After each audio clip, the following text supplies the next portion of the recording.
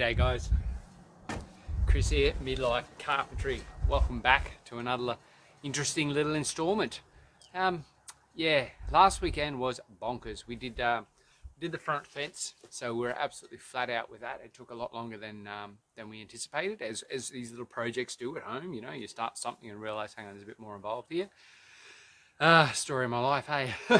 So we cracked in with the old fence, which it has pretty good bones. It seems to be okay. So we're trying to do this on the cheap, right? So we thought, okay, we'll keep the posts. We'll do some repairs. One of the posts is pretty rotten. So what I've done is I've put a special product that actually stops the rot, helps the timber to harden up again. And then basically we'll frame it up. We'll put a bit of concrete in there, and that should help that post out. The rest aren't too bad. So yeah, so we've done that.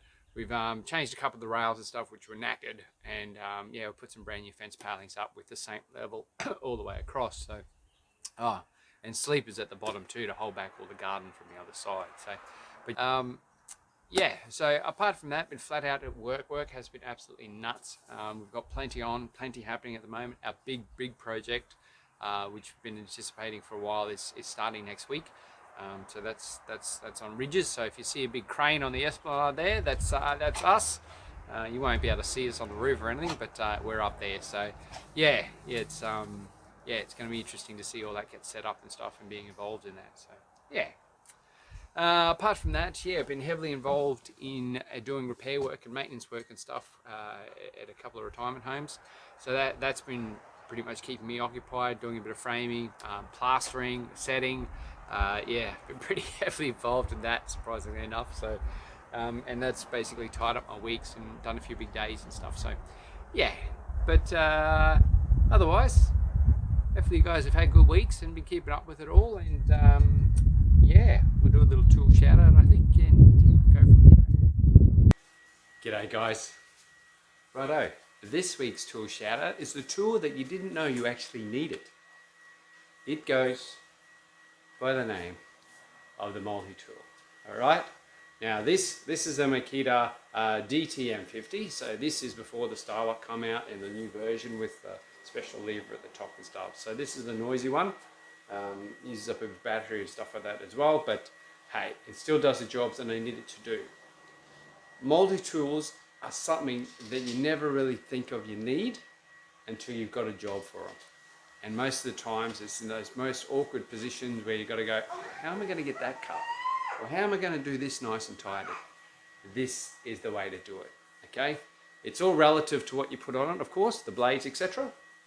Those of you who aren't familiar, a multi-tool is basically a blade that oscillates. And I think that's the word, it oscillates. So the machine oscillates, the tool oscillates, right, side by side, which means that you can cut bits and pieces, cut things, you can even grind to a degree, yeah. So they come in handy in that way, in that area. So some of the favorite blades I like to throw on the multi-tool, okay? Let me go through, there's a couple that I really think that you guys need to know about.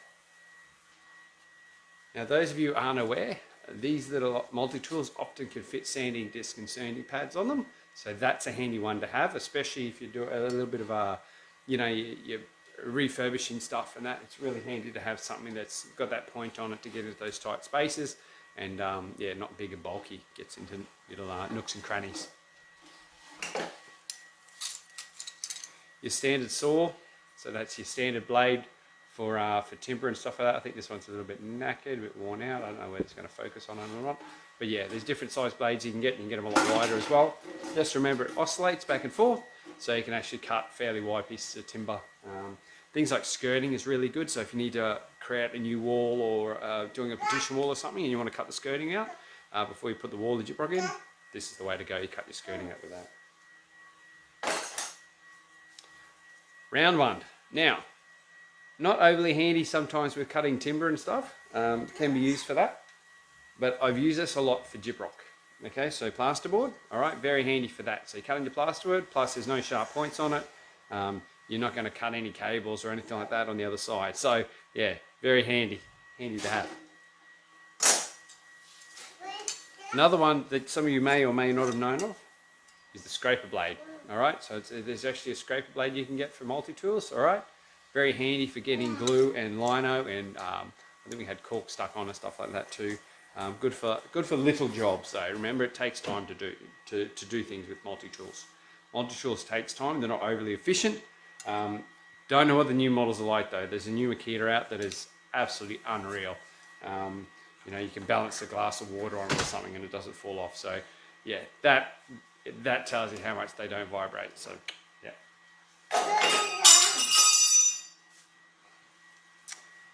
Metal.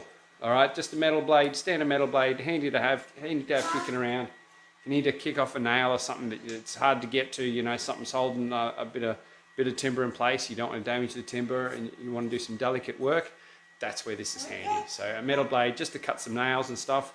Can use it for gyprock if you just want to cut out a small little hole here and there, they're handy for that too. So, but the biggest and most used, I have to say, the most multi-purpose I've found, okay, is the diamond disc. Now these things are dear, these are relatively expensive, okay, so these have like small diamonds and stuff on them.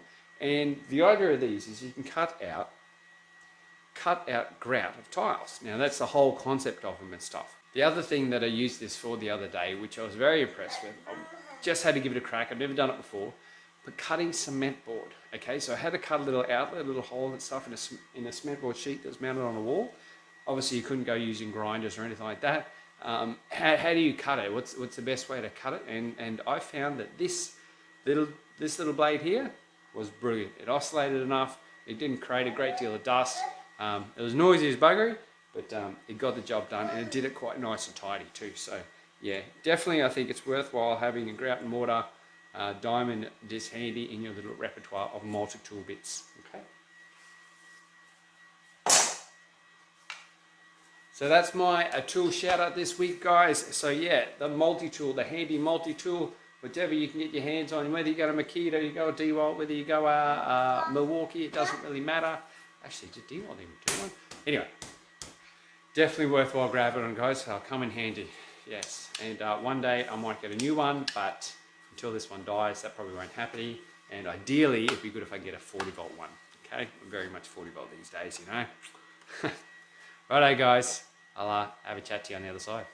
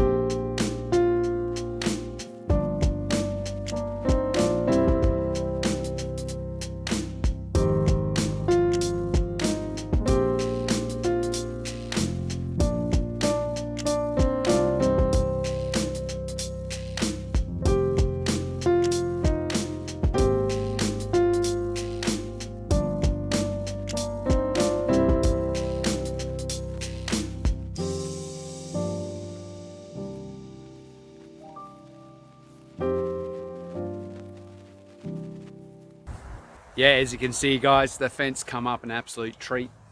Took a bit of effort and stuff, but we got there. Yeah, definitely brought the house up a little bit more, made it feel a little bit more special.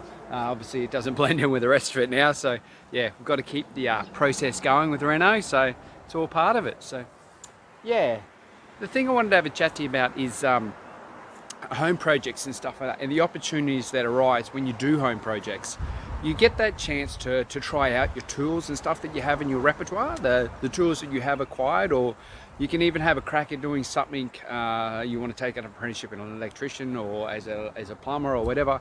You can sort of get that feel for what it might be like by doing a home project to a degree. So say for example plumbing, you might want to go dig a hole or dig a trench or something to lay some pipe for a retic or something, and as for an electrician, you might just go and make a mess somewhere and make someone else clean it up, you know. So you get the idea. Or as a chippy, you might want to learn to do some chiseling out, get used to checking things in. You might want to hammer nails and stuff for a good stint to get used to using those sort of tools.